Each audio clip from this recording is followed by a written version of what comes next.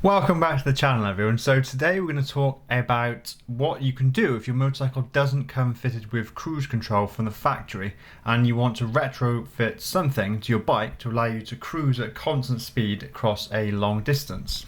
So I've got a couple of little gadgets that I'm going to demo today. We're going to go out on the bike and have a little spin. The first of which is called Gear Gremlin. It's basically a little clip. I'll just get into focus. It's a clip that goes on your throttle and allows you to rest the palm of your hand down and achieve a constant position of the throttle. And the other is a mechanical lock that you actually clip into place, and it holds the throttle open so you can remove your hand right from the handlebars to allow you to fully relax your wrist. Let's get out on the bike and we'll talk about some of the pros and cons to each approach, and I'll give you my rundown of which one I think is better. Okay, so this is the device. It actually grips to the handlebar with a self-tightening mechanism, and then it's got a paddle there. And basically what it allows you to do, you can't maintain a speed with your hand off the handlebars, but you can sort of lie your wrist on it. And it stops you needing to have to grip onto the handlebar. And it's that sort of tired wrist that becomes fatigued on a long day of motorway work. Maybe you've been riding for 5, 6, 7 hours, so you can use the weight of your arm just to sort of push onto this and hold the throttle open, whilst using your maybe 2 index fingers and your thumb to actually grip around the throttle. So I quite like this one. The downside to it is probably the fact that you've got less grip of the handlebar in an emergency, because your probably last 2 fingers aren't really gripping the bar with any great strength at all. So if I come up to this corner here, I'll just get ready to do the corner. It is a bit wet, so I have to be careful. I think, given it's so inexpensive and so simple, it's quite an ingenious little solution. You can just see it sort of working its magic there. So that's called, let's call it the Gear Gremlin, or whatever we call it today, but it's basically a paddle that allows you to just hold open the throttle part way without any wrist strength being needed.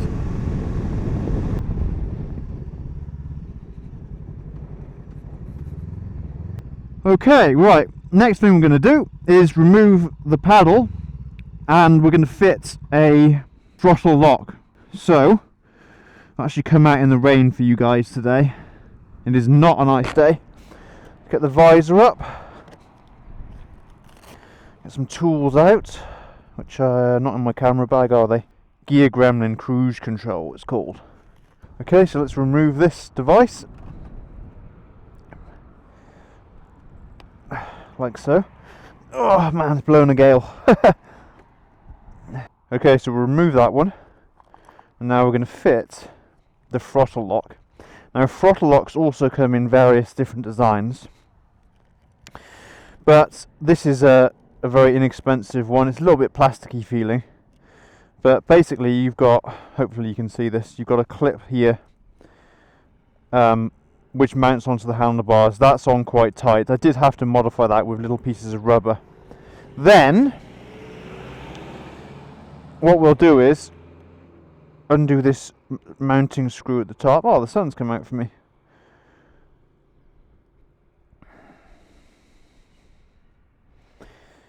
And the reason I didn't do this as a prepared thing in the video is that you wouldn't really want those both things fitted together, because it's quite problematic in terms of having no room left on the throttle to actually grip with. So what we do is put these little rubber bungs on. Right, there you go. So you loosen these little retaining Allen bolts. And that will allow the inner rubber piece to fit under the plastic collar. Crikey, it is windy today, isn't it?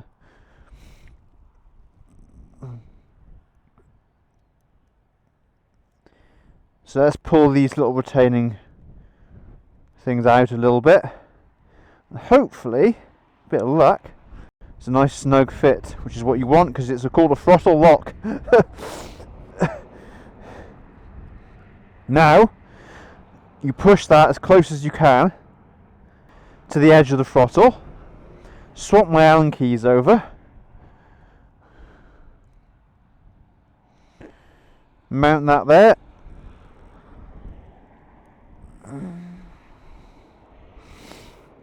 just screw up this bolt to connect this arm to the mount on the handlebar. Do this up quite tight. They do actually provide you with thread lock as part of the kit, which is quite a good thing to have.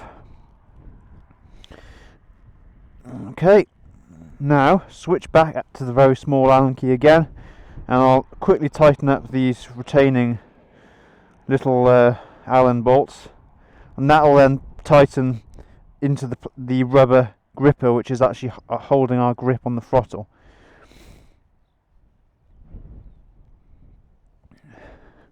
What's quite important to make sure is that the throttle can rotate. So this metal clamp here, which I've already set up, I don't want to do everything today in the video, needs to be able to move. So the throttle should have free movement. It's a little bit sticky. Not too much though. Right, that'll do. Let's get back on the road and show you how the throttle lock works.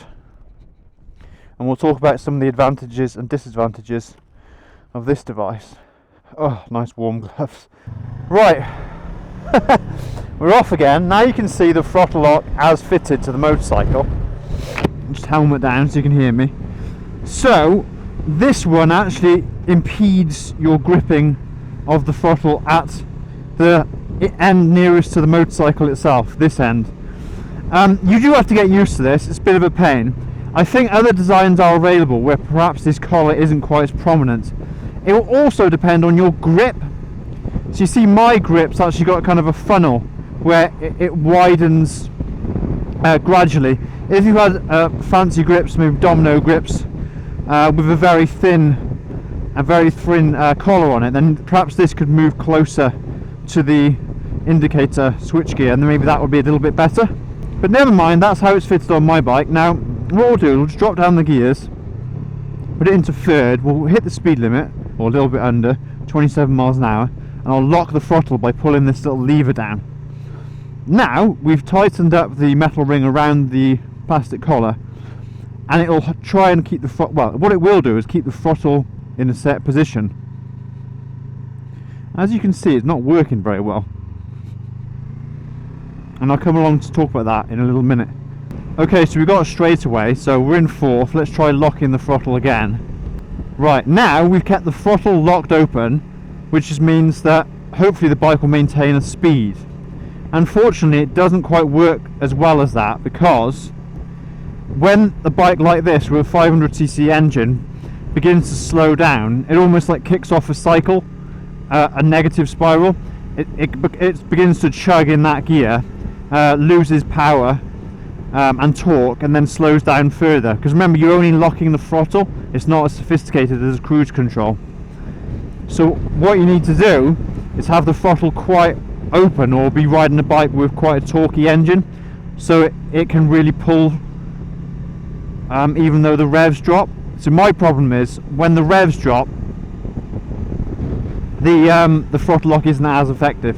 I'm not really testing it on perhaps the best roads here. A motorway stint would be better. And I have tested it quite extensively on European highways. Even then, it's good, but it's not perfect in the slightest.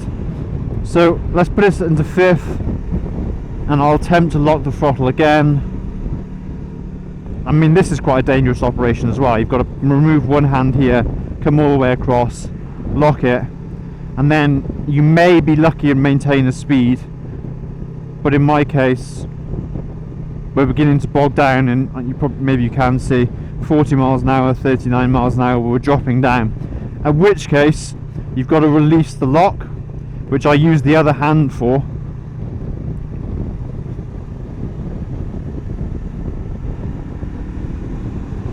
I'll try building some revs, and I'll lock it at 60 miles an hour.